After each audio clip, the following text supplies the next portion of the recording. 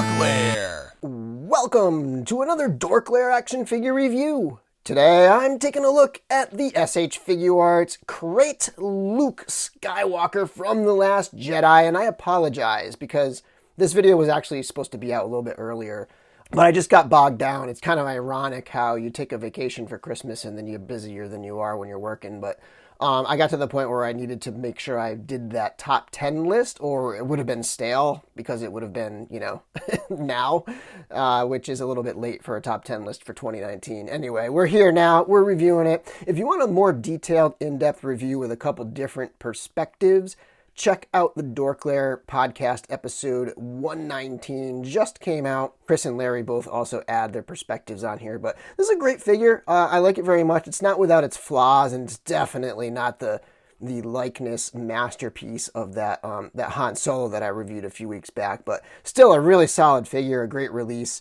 And so let's get into this review. Starting off with a quick look at the packaging, just kind of spin this box around. You've seen it all before. SH Figuarts packaging. Nice, compact. I really love the boxes that these guys do. They're classy, So pretty simple stuff, but effective. All right, starting off with the sculpt paint and details on Luke. It's pretty good. It's definitely got a little dirtier kind of look to the face, a little less perfect than that Han Solo figure. There's something a little weird. I think it's the way the sculpting of the beard and the painting of the beard is just a little messier. But it looks like Mark Hamill to me.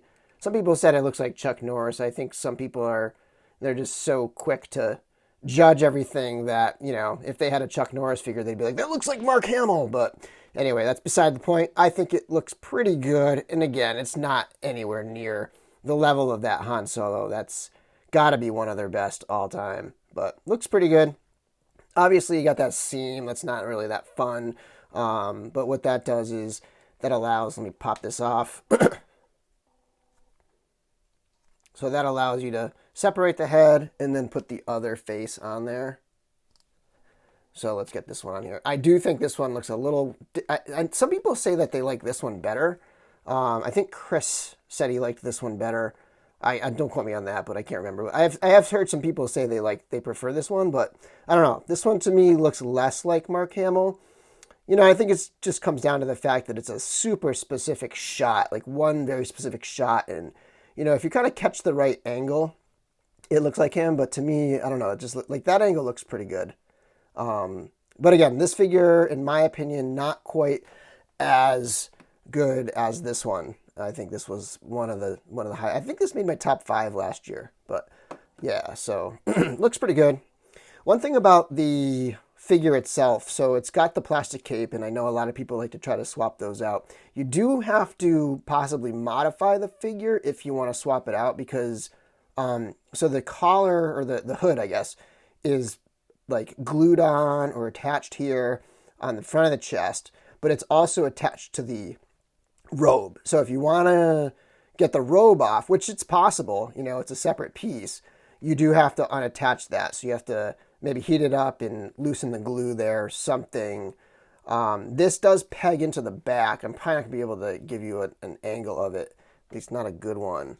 But but yeah, I mean, technically it's removable, but you're going to have to modify your figure slightly to do it. Something that I was kind of based on the photos and stuff, or the like promo shots, I was worried that the tunic was going to be kind of Dooku-like, and then it was going to be all like smooth and shiny and plasticky, but it's not. It's got a nice texture, and it has a nice matte finish. So I think the tunic is a highlight of this particular figure. But I do love the look of the cape. And you know what? This kind of reminds me of the old, I think it's the Dark Empire Luke from the old Power of the Force 2 line when they were doing the Expanded Universe line. It just kind of has that swoop to it that reminds me of that a little bit. But yeah, the robe is really nicely sculpted. Looks beautiful. But again, sort of that same kind of thing where there's not a ton of posing options because it's already posed for you. So not a ton to do with it. Typical pants, like Jedi pants, very similar with the wraps around. The wraps are nicely detailed, nice sort of like flat finish. At first I was a little kind of like, wow, the shoes are a different color. That doesn't seem right. But kind of looking back at the movie, and yeah, they're definitely a different color. So they're sculpted well, and that seems fairly accurate to me. But even if they weren't, not a big deal in my opinion. Anyway, yeah, so those are the details. It's a pretty great looking figure in my opinion. All right, so I brought a few other figures over so you can see how Luke stands next to some of the other characters. So starting off, first of all, probably the most important one is the character who shares this scene with him, and here is Kylo Ren. He's a little bit posed, so he's obviously going to be taller, but that is the Last Jedi Kylo Ren with a custom cape from CJ. And then, I guess, let's see, next up we'll put him next to Han Solo. And put him next to his counterpart, self, from the same movie, from the other scene. So there's Luke and Luke. Get a look there. Let's see what else. As far as SH Figuarts, here is Jedi Luke from Return of the Jedi. And then start bringing in some Black Series stuff. Oh wait, I have one more Figuarts figure. C-3PO, SH Figuarts, and then bringing in R2-D2 SH Figuarts. All right. I do have the Black Series 3PO over here as well, who seems kind of short for a Black Series figure. And then some more Black Series. Here's the Luke Skywalker, one of the earliest figures, really, from Hoth that came with the Wampa. Incredible set. Love that. It's one of my all-time favorite Black Series sets. And then here's the updated archive Luke Skywalker pilot. And let's get him over here with the Kotobukiya little Yoda statue there. So I think that'll about do it for the comparisons. Looks pretty good next to most of those figures. So next up are the accessories, and as you can see, he comes with two relaxed hands. And then the only other hands he comes with are the two lightsaber gripping hands, which is kind of unfortunate. Like, he doesn't even have fists. Very minimal with the accessories here. He does have a lightsaber hilt, so an unignited lightsaber. And then that's got the little hook on the end, and you can hang that on his belt. Looks pretty good. And just out of curiosity, I was wondering about this lightsaber. Now, I don't have the other piece. This one pegs like this, but you can get the gist. So this has a peg hole, and that actually pegs onto Luke's belt. It's not a hook. But what I did discover is that you can peg that on there like this, and it'll stay on there.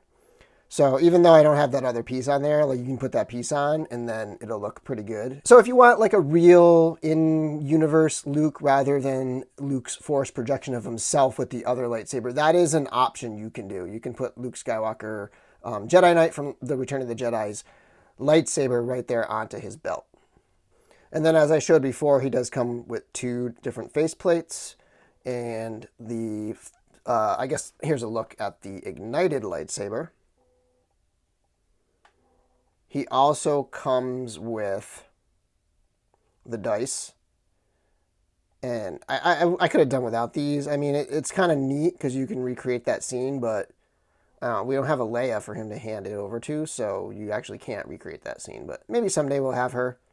Articulation, he's got a ton of articulation in the head. He can bend his head down that far, and he can look up that far, kind of side to side, so lots of great movement in the head there. Very natural movements.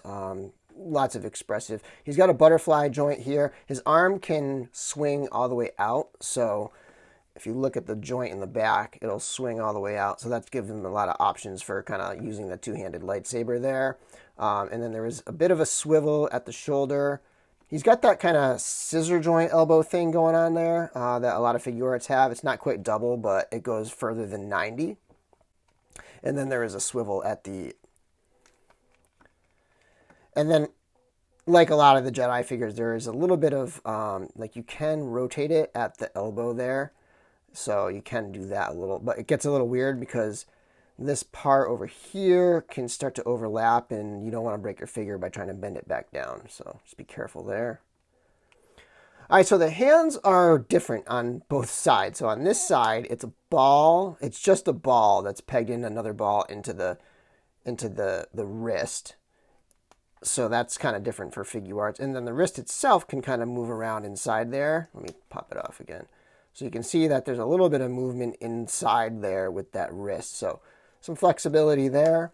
And then same thing with the wrist over here. Like the wrist itself can move, or I guess the arm, the forearm can move. And then this wrist is on, let me see if I can show you here. This is on the typical Figuarts sort of ball that has a split ball kind of thing. So some pretty good movement in that arm, that wrist right there. He's got a ton of waist crunch, which can be a little pointless, or at least feel a little pointless, because if you're going to crunch him forward, he's going to have his cape or his robe out back. So, that's kind of, unless you're going to customize it, there's not a lot of use for that, but that's a lot of crunch forward. So good movement there, and he can twist over there as well. And then the skirt can kind of move a little bit, soft, so he can kick forward. There's no drop down in the hips, unfortunately, but he can kick forward that far. There's a twist at the top of the thigh, and then he's got that same kind of, I guess that I'm calling it a scissor joint at the knee there. He can get a little past 90 degrees. There's no twist at the knee, just at the top of the leg. And then down at the foot, he can point his toe down this far, and then he can point it up this far, which is weird. It's deceiving because the ball joint, let me see if I can pop it off, it's a double ball. So there's a ball in the shoe and a ball at the top. So there's movement on both ends of that, and you can kind of shift the foot around so that it kind of gets itself out of the way, and it can move a little better. So that's a decent amount of articulation there, not a ton. His toe has articulation. At first you think, oh, this figure doesn't really need a ton. It's like a Jedi Master Luke. But if you think about that scene, he actually does some crazy stuff in that scene. So, it can be useful to have all that crazy articulation in there. Not perfect. It's not the best articulation, but he's also not Spider-Man. So you don't necessarily need it for a cool stance pose. And quite frankly, the robe is such that unless you modify the figure, there's only so many different poses that make sense with this robe. So very welcome release. I feel like 2019 was just an incredible year for Figuarts. They might have had fewer releases, and they definitely had a bit of a dud in Dooku. I wasn't terribly happy with that figure. But, between Yoda and Han, and, all three of the Rise of Skywalker figures, in my opinion, were phenomenal. Just a lot of great releases. Even Boba Fett, I think, is a fantastic figure. So 2019 was awesome. I'm looking forward to 2020. I really hope that they start putting out those Empire Strikes Back figures now that we are into the 20th anniversary year for that movie. Anyway, remember, follow me on Instagram at DorkLair. And until next time, may the Force be with you.